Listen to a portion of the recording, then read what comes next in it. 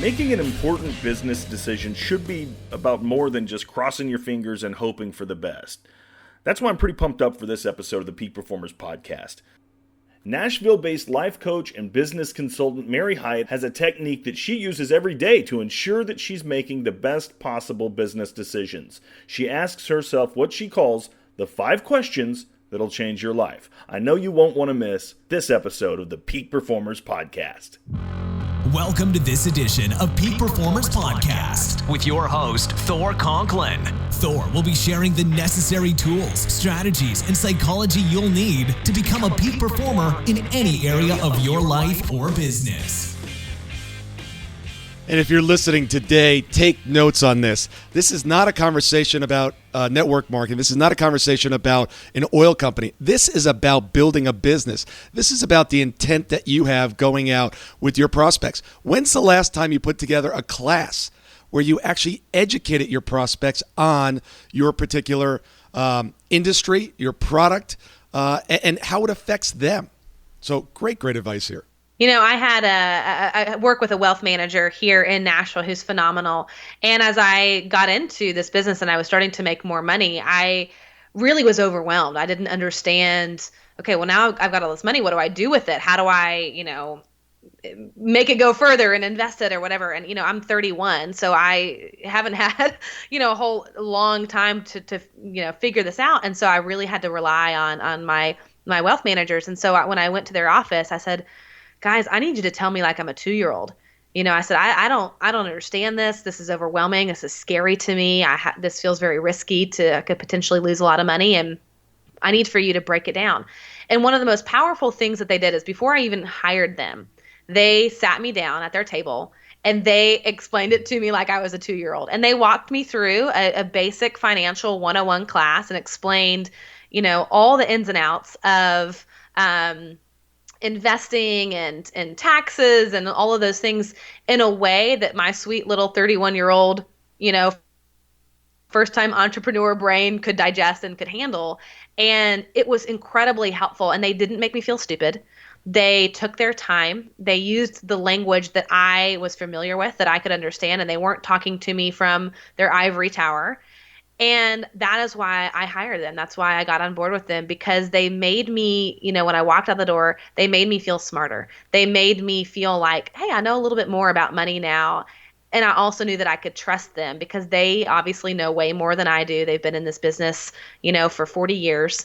They knew what they were talking about. And because they slowed down, they took the time to connect with me, to educate me. It made me want to do business with them for a lifetime. Every peak performer that has ever lived or will live does one thing extremely well. They know how to take their ideas and execute on them. Ideas and knowledge are not power, but the ability to execute on them, that is real power. If you consider yourself a peak performer and really want to take your game to the next level and truly master the science of execution, I would like to send you some information about our upcoming event, Business Execution Summit. Simply take your phone and text the word BESUMMIT, one word, to 41411. And I'll send you some additional information on how to master the most important skill you will ever acquire for your life or your business. You say that you have 5 questions that will change our lives. What are they?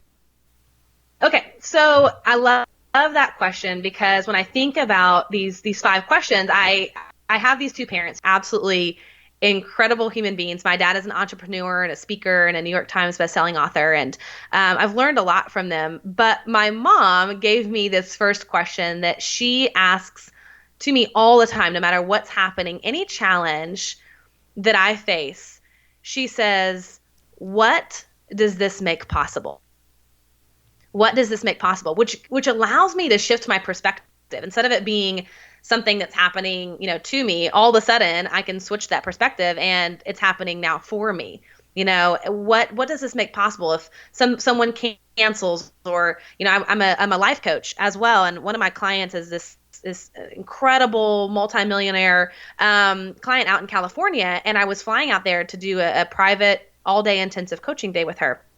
And We had planned it months in advance. I fly out there, and the night before I meet with her, I completely lose my voice. And I'm like, oh my God. I mean, I'm here. I'm at the hotel. I'm ready to go. And I've lost my voice. How the heck am I going to do the session with her? And so I shoot my mom a email, and I said, Mom, would you just pray for me? I need the support. I'm not sure how I'm going to pull this off. I'm not sure what to do, but I've got to meet her somehow. And so she responded to me, and she said, Mary, she said, this is happening for a reason. She said, this is by no mistake. And she said, what does this make possible? And so it was an ability to just pause and to come up with an empowering answer that would carry me throughout the next day.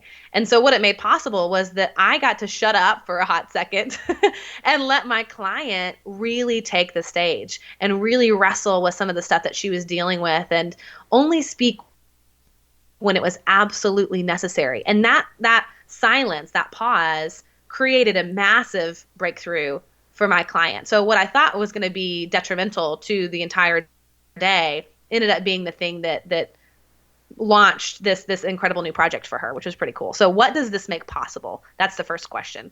Second question. Okay. Second question is, do I really want to believe that? So we have all these thoughts all the time that come up, and oftentimes they're old tapes that are playing on repeat. And I'm really a fan of pausing the process and asking yourself the question, do I really want to believe that? Because it might feel real, but it's not true. So do I want to believe that? And if I don't, if I need to update that belief, then pausing, shifting, and updating it. Second question. Third question. Okay, third question is, what is asking for my highest attention right now? So what is asking for my highest attention right now? This is a mindfulness practice that I do every single day, throughout the day, really, to clue in with what's going on, to check in, to center myself, to address what is really going on inside of me when I'm stressed and going crazy, pausing and slowing down and saying, what is asking for my highest attention right now? Which really leads me into the fourth question, which is, what is the invitation here? So when I'm feeling some grief, when I'm feeling that fear, as entrepreneurs, we are always acting inside of our fear. You know, our fear is something that doesn't go away as we become more successful. And so for me, it's going, okay, when this comes up, what's the invitation? Where do I need to lean in? What do I need to heal? What do I need to process? What do I need to let go of? You know, how can I let this be easy? What is the invitation here?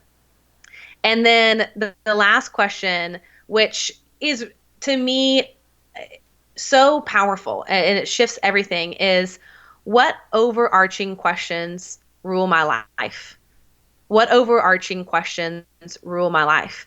And those can be fabulous questions. I know that Tony talks about, you know, the quality of your life is based off the quality of the questions you're asking. And so those can be great questions, or they can be questions that lead you, you know, further into the place that you don't want to be. So what are your overarching questions that are ruling your life in this time? What are those deep, fundamental questions that you're really asking yourself? And is that giving you the result that you're looking for? Yeah, I'm always asking, is it true? Because a lot of times what we think is true isn't true. It's just a set of references that we've built up to make it seem true. And then if is it really true? And what if it wasn't true? That usually gets clients. What if it was? What if it wasn't true? What you think is absolutely true today, if it wasn't true? Yeah. And then the follow-up question that I like to ask is, what assumptions are you making? And based on those assumptions, what are your decisions that you're making that you may find out that those assumptions are incorrect? I love that. And sometimes I'll even add to that. I'll say, do you think there's a possible third option? You know, because people see things in black and white. Yep. Say, well, either this or that. I said, what if there was a third option? What could that be? And, you know, it gives people permission to go, oh, right, there's a million more options that I haven't even, you know, entertained yet.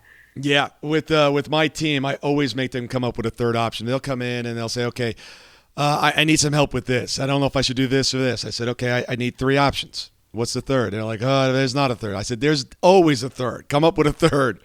And they're like, okay, I've got this one, and the third one is this. I'm like, great. And then my follow-up question is, which one do you like best? And they'll think for a second, and they're like, I like this one. I'm like, great, go do it. What? We didn't even have to have this talk, right? We didn't need to. You know what to do. And if it's not the right decision, you'll figure it out. Well, look, I don't make all the right decisions. If I made all the right decisions, I wouldn't be sitting here today. Exactly. We all make what we think are the best decisions at the time. I mean, think of some of your worst mistakes. They all started out as a great, all of my worst mistakes always started off with a good idea, right? I never went into something saying, you know what? I know this is going to be a loser, and I'm just going to go all in and bet the farm. No, I was like, okay, this is great. This is going to work, right? We always think, our ideas and our options are awesome until one day we wake up and they're not. Yeah, exactly. And one of my underlying principles that I walk into my coaching experience with my clients has to be everyone has a great reason for doing what they do. And I have to create that non-judgmental space because sure, I would have done it differently or whatever. But at the end of the day, you're right. Every time we try something new, every time we have a new idea and push forward, we think it's a great idea. We're like, this is the best thing ever, and so of course we're going to push forward. And it's not until you get into it, sometimes you go, oh my God, what was I thinking? And you have to shift course and try again. Or your clients or the people closest to you go, that's not really a good idea. Right. Yeah. Then you go, oh, okay, you're right. And yep. And what I love, humility is huge. Exactly. And what I love too is people think you get to the stage where you stop making these mistakes and everything just gets easier. I'm 53. I've been in business for myself for the last 18 years. And still today, I come up with ideas. It's like, let's try this. And it doesn't work. People kind of look at you. I mentor quite a number of entrepreneurs. And they're like, well, that's easy for you to say because you got it figured out. It just... After a while, you just avoid making X, Y, and Z mistakes. It's like, no, they keep coming. Trust me. Yeah. That's the only way to actually move forward. I have learned to love that space, the squeeze. I call it the goo. I did a Facebook Live. I do a Facebook Live every week on Wednesdays. And one of the topics that I just finished was you're in the goo.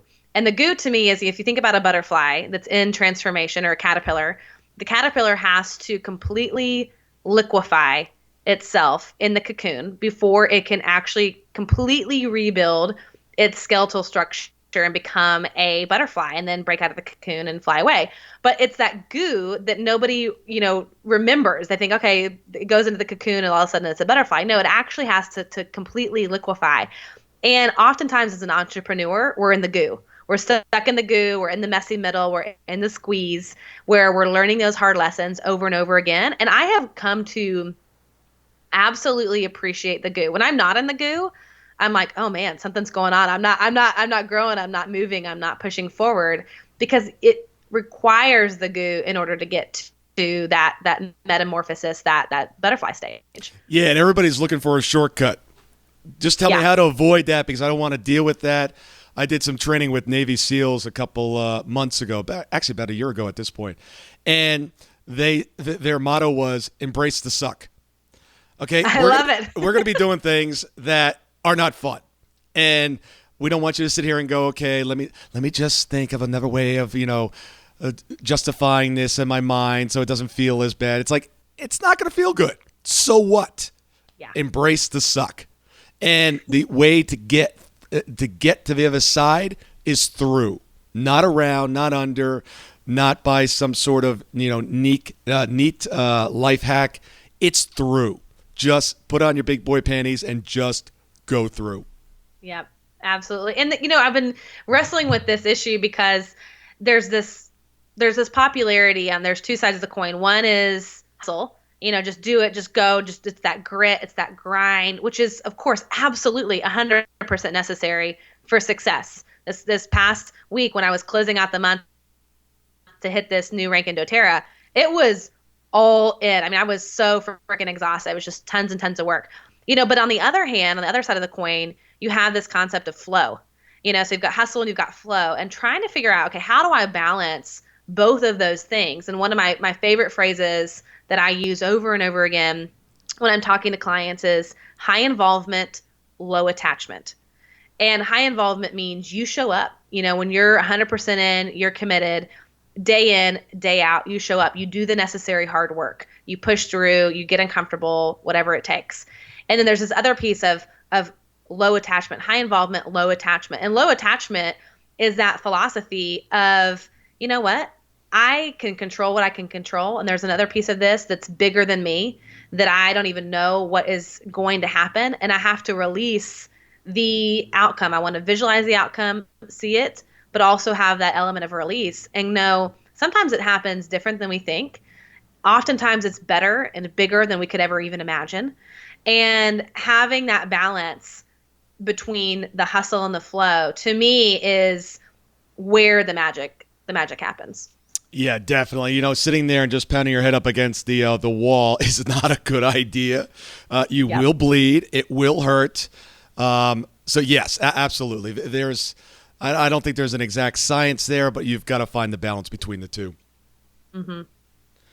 Well, Mary, thank you very much today. This has been an amazing interview. Thank you for the time. Can you share with the audience how they can get in touch with you, find out more about what you're doing?